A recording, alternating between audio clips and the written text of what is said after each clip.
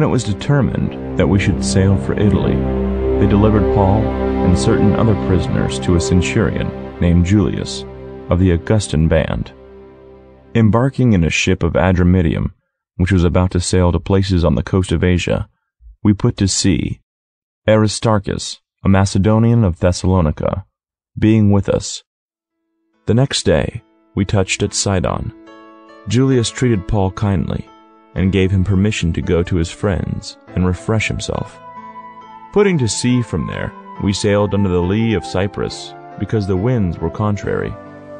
When we had sailed across the sea, which is off Cilicia and Pamphylia, we came to Myra, a city of Lycia. There the centurion found a ship of Alexandria, sailing for Italy, and he put us on board.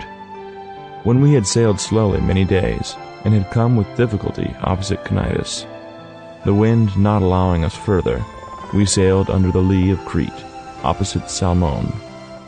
With difficulty sailing along it, we came to a certain place called Fair Havens, near the city of Lasea. When much time had passed, and the voyage was now dangerous, because the fast had now already gone by, Paul admonished them, and said to them, Sirs, I perceive that the voyage will be with injury and much loss, not only of the cargo in the ship, but also of our lives. But the centurion gave more heed to the master and to the owner of the ship than to those things which were spoken by Paul. Because the haven was not suitable to winter in, the majority advised going to sea from there, if by any means they could reach Phoenix and winter there, which is a port of Crete, looking northeast and southeast.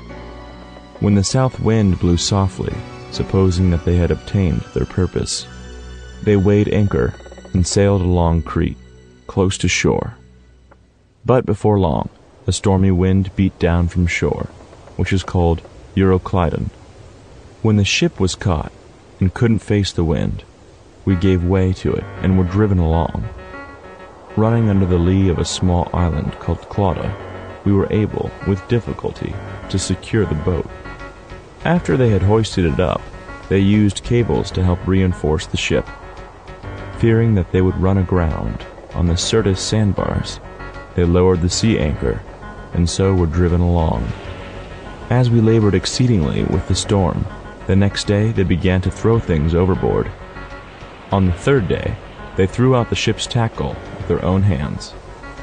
When neither sun nor stars shone on us for many days, and no small storm pressed on us, all hope that we would be saved was now taken away. When they had been long without food, Paul stood up in the middle of them and said, Sirs, you should have listened to me and not have set sail from Crete and have gotten this injury and loss. Now I exhort you to cheer up, for there will be no loss of life among you, but only of the ship. For there stood by me this night an angel belonging to the God whose I am and whom I serve, saying, Don't be afraid, Paul, you must stand before Caesar. Behold, God has granted you all those who sail with you. Therefore, sirs, cheer up, for I believe God that it will be just as it has been spoken to me. But we must run aground on a certain island. But when the 14th night had come, as we were driven back and forth in the Adriatic Sea, about midnight the sailors surmised that they were drawing near to some land. They took soundings and found 20 fathoms. After a little while, they took soundings again and found 15 fathoms. Fearing that we would run aground on rocky ground, they let go 4 anchors from the stern and wished for daylight. As the sailors were trying to flee out of the ship and had lowered the boat into the sea, pretending that they would lay out anchors from the bow, Paul said to the centurion and to the soldiers, Unless these stay in the ship, you can't be saved. Then the soldiers cut away the ropes of the boat and let it fall off. While the day was coming on, Paul begged them all to take some food, saying, This is the 14th day that you wait and continue fasting, having taken nothing.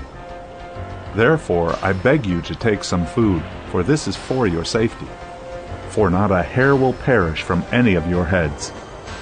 When he had said this, and had taken bread, he gave thanks to God in the presence of all, and he broke it and began to eat. Then they all cheered up, and they also took food. In all, we were 276 souls on the ship. When they had eaten enough, they lightened the ship, throwing out the wheat into the sea. When it was day, they didn't recognize the land, but they noticed a certain bay with a beach, and they decided to try to drive the ship onto it. Casting off the anchors, they left them in the sea, at the same time untying the rudder ropes. Hoisting up the foresail to the wind, they made for the beach. But coming to a place where two seas met, they ran the vessel aground. The bow struck and remained immovable, but the stern began to break up by the violence of the waves. The soldiers' counsel was to kill the prisoners, so that none of them would swim out and escape. But the centurion, desiring to save Paul, stopped them from their purpose, and commanded that those who could swim should throw themselves overboard first, to go toward the land, and the rest should follow, some on planks, and some on other things from the ship. So they all escaped safely to the land. When we had escaped, then they learned that the island was called Malta. The natives showed us uncommon kindness, for they kindled a fire and received us all because of the present rain and because of the cold. But when Paul had gathered a bundle of sticks and laid them on the fire, a viper came out because of the heat and fastened on his hand. When the natives saw the creature hanging from his hand, they said to one another, "No doubt this man is a murderer, whom, though he has escaped from the sea, yet justice is not allowed to live."